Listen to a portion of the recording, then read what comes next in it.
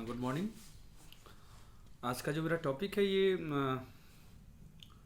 पिछला जो टॉपिक था प्रकार्यवाद का, इसी के कंटिन्यूएशन में आज बात करेंगे हम लोग रॉबर्ट किंग मर्टन के बारे में। हालांकि इसके पहले मुझे टेलकट पार्सन्स पे चर्चा करनी चाहिए थी, क्योंकि बेसिकली रॉबर्ट किंग मर्टन ने जो अपना विश्लेषण दिया है वो जो इसके पहले के जो भी प्रकार्यवादी थे उनकी आलोचना के संदर्भ में उन्होंने अपनी बातें रखी हैं। लेकिन चूंकि कहीं ना कहीं कई बार टेलकट पार्सन्स के एजिल मॉडल की चर्चा मैंने कर ली थी, इसलिए फ़िलहाल मैं उन टेलकट पार्सन्स की चर्चा नहीं करना चाहता और आज हम बात करेंगे रॉबर्ट किंग मर्टन की।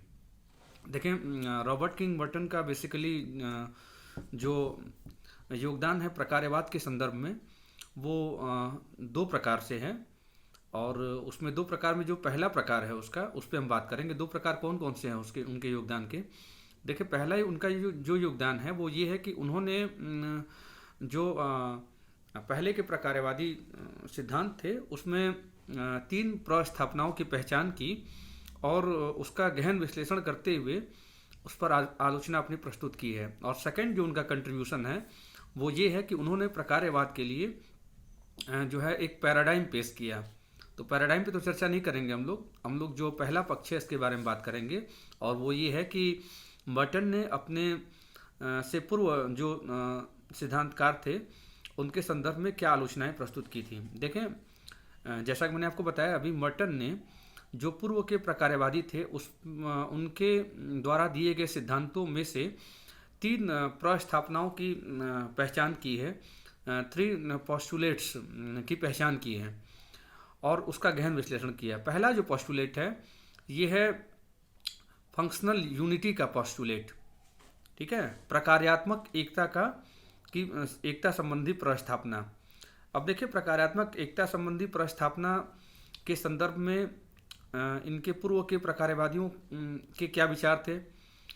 देखिए, जो फंक्शनल यूनिटी का पोस्टुलेट है, जो प्रकार्यात्मक एकता संबंधी प्रस्थापना है, उसका ये दावा है कि जो सोसाइटी के जो पार्ट्स होते हैं वो उन पूरी सोसाइटी के इंटायर सोसाइटी के लिए वो कंट्रीब्यूट करते हैं, ठीक है, संपूर्ण भाग के लिए अपना एक सकारात्मक योगदान अपना देते हैं।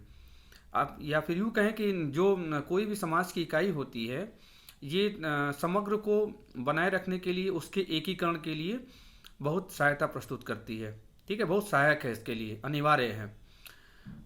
तो इस बात पर रॉबर्ट किंग मर्टन अपनी आलोचना प्रस्तुत करते हैं।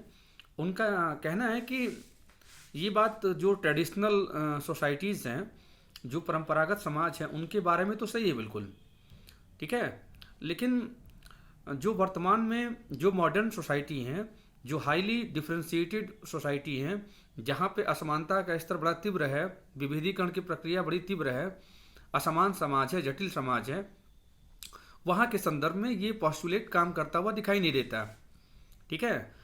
वो एग्जाम्पल देते हैं धार्मिक बहुलतावाद का। अब धार्मिक बहुलतावाद में क्या है, कई प्रकार के अलग अलग विचारधाराएं होती हैं, अलग अलग पंथ होते हैं। तो ऐसी स्थिति में आप कैसे कह सकते हैं कि ये धार्मिक बहुलतावाद एक धर्म की इकाई के रूप में संपूर्ण समाज को इंटीग्रेट करेगा, क्योंकि यहाँ तो काफ़ी डाइवर्सिटी दिखाई देती है, काफ़ी भिन्नताएं दिखाई देती हैं। सेकंड जो महत्वपूर्ण बात है फंक्शनल यूनिटी वाले में जो पोस्टुलेट था प्रकार्यात्मक एकता के बारे में, वो ये है कि सोसाइटी के जो अलग अलग पार्ट्स हैं, किसी भी एक पार्ट में जब चेंज आता है तो उसका रिफ्लेक्शन दूसरे पार्ट में अनिवार्य रूप से दिखाई देता है। इस बात पे भी रॉबर्ट किंग मर्टन जो है वो आपत्ति प्रकट करते हैं। उनका ये कहना है कि ऐसा ज़रूरी नहीं है वर्तमान में कि किसी एक पार्ट में सोसाइटी में चेंज आता है तो आप उसका रिफ्लेक्शन जो है, उसका प्रतिबिंबन जो है वो दूसरे पार्ट में दिखाई दे, क्योंकि वर्तमान समय में जो अलग अलग इकाइयाँ हैं वो काफ़ी हद तक क्या है, उनमें ऑटोनॉमी है, स्वायत्ता है, ठीक है। तो ये जो पहला पोस्टुलेट था फंक्शनल यूनिटी का, प्रकार्यात्मक एकता का, उसके संबंध में रॉबर्ट किंग मर्टन ने अपनी आलोचना प्रस्तुत की थी। देखिए, जो दूसरा पोस्टुलेट है इसे कहते हैं पॉस्टुलेट ऑफ यूनिवर्सल फंक्शनलिज्म, सार्वभौमिक प्रकार्यवाद संबंधी प्रस्थापना। अब इसकी मूल मान्यता क्या है? इसकी मूल मान्यता ये है कि सोसाइटी के जितने सारे पार्ट्स हैं वो सारे पार्ट पॉजिटिव रोल प्ले करते हैं। किसके लिए? समग्र के लिए। जिसके विभाग हैं संपूर्ण के, उस सब के लिए वो क्या करते हैं? वो पॉजिटिव रोल प्ले करते हैं। यहीं पर रॉबर्ट मर्टन जो हैं वो प्रश्न चिन्ह खड़ा करते हैं। उनका ये कहना है कि ये ज़रूरी नहीं है कि जो सोसाइटी के जितने सारे पार्ट्स हैं वो इंटायर सिस्टम के लिए, वो संपूर्ण जो व्यवस्था है उसके लिए एक सकारात्मक योगदान प्रस्तुत करें। स्थिति इसके ठीक अलग भी हो सकती है। उनका जो रिलेशनशिप है वो अलग प्रकार का हो सकता है। ऐसा हो सकता है कि वो फंक्शनल भी हो, योगदान भी देता हो। ऐसा भी हो सकता है कि वो योगदान न दे करके व्यवस्था के समक्ष संकट उत्पन्न कर दे, अर्थात डिसफंक्शनल हो जाए, दुष्प्रकार्यात्मक हो जाए। या ऐसा भी हो सकता है कि वो संपूर्ण समाज के लिए न तो कोई योगदान दे उसे, और न कोई उसे नुकसान पहुंचाए, न उसे कोई निगेटिवली अफेक्ट करे। ठीक है, अर्थात उन्होंने शब्दावली का प्रयोग किया नॉन फंक्शनल। ठीक है, किसी प्रकार का प्रकार्य ही न उसका दिखाई दे, ऐसा भी हो सकता है। ठीक है ना। दूसरी बात वो ये कहते हैं रॉबर्ट मर्टन कि हमें जो है किसी भी जो पार्ट है सोसाइटी का, उसके फंक्शन के बारे में चर्चा करते समय एक बात हमेशा ध्यान में रखनी चाहिए कि किस यूनिट के लिए वो चीज़ फंक्शनल है। ठीक है, क्योंकि ज़रूरी नहीं कि संपूर्ण पार्ट जो सोसाइटी है उसके लिए फंक्शनल हो, उसके किसी पर्टिकुलर यूनिट के लिए हो सकता है। और वो यूनिट, वो इकाई कोई व्यक्ति हो सकता है, कोई समुदाय हो सकता है, कोई वर्ग हो सकता है। ठीक है, और इस संबंध में हम बात कर सकते हैं, रॉबर्ट जे गेंस ने एक बुक लिखी थी, बुक का नाम है मोर इक्वेलिटी। ठीक है, इसमें उन्होंने जो गरीबी है उसके कुछ पॉजिटिव एस्पेक्ट की बात की है। ठीक है, गरीबी के कुछ फंक्शंस की बात की है। अब देखिए, गरीबी का जो फंक्शन है उसे देखने के लिए आप ये कह सकते हैं, उनकी पुस्तक में बताया गया है कि गरीबी जो है वो बेसिकली किसके लिए प्रकारात्मक है? गरीबी उनके लिए प्रकारात्मक ज़्यादा है जो व्यक्ति क्या हैं, जो व्यक्ति अमीर हैं। ठीक है, और इस पे तमाम डिटेल में उन्होंने विश्लेषण दिया है। और उसमें से सबसे महत्वपूर्ण बात क्या थी? सबसे महत्वपूर्ण बात ये थी कि गरीबी जो है वो क्या करती है? गरीबी एक बहुत बड़ा क्या है, पैरामीटर सेट करती है। किसके लिए? स्टेटस को कंपेयर करने के लिए एक बहुत बड़ा इंडिकेटर है। ठीक है, इसी तरीके से अन्य कई प्रकार की उन्होंने बातें की हैं, लेकिन अभी चूंकि चर्चा का विषय वो नहीं है, इसलिए मैं अपनी बातों को यहीं पे सीमित रखता हूँ। ठीक है, तो ये बात है। सबसे महत्वपूर्ण बात क्या निकली इसमें? सबसे महत्वपूर्ण बात ये निकली कि कोई भी जो समाज है उसमें सभी इकाइयाँ क्या हैं? सभी इकाइयाँ समान रूप से सबके लिए प्रकारात्मक नहीं है। सभी इकाइयों के लिए, इकाइयों के संबंध में उनका जो योगदान है वो अलग अलग प्रकार का हो सकता है, और इस बात का हमको ध्यान रखना चाहिए। ठीक है, अब देखिए तीसरा जो पोस्टुलेट है प्रकार्यवाद का, वो क्या है? जो तीसरी प्रस्थापना है ये है पोस्टुलेट ऑफ इंडिस्पेंसिबिलिटी, अपरिहार्यता संबंधी प्रस्थापना। अब इसका क्या मतलब है? देखिए, कोई चीज़ अपरिहार्य है या इंडिस्पेंसिबल है, इसका सामान्य तात्पर्य क्या है? इसका सामान्य तात्पर्य ये है कि कोई भी ऐसी चीज़ जिसके बिना काम ही न चल पाए, ठीक है, वो चीज़ अपरिहार्य है, वो चीज़ इंडिस्पेंसिबल है।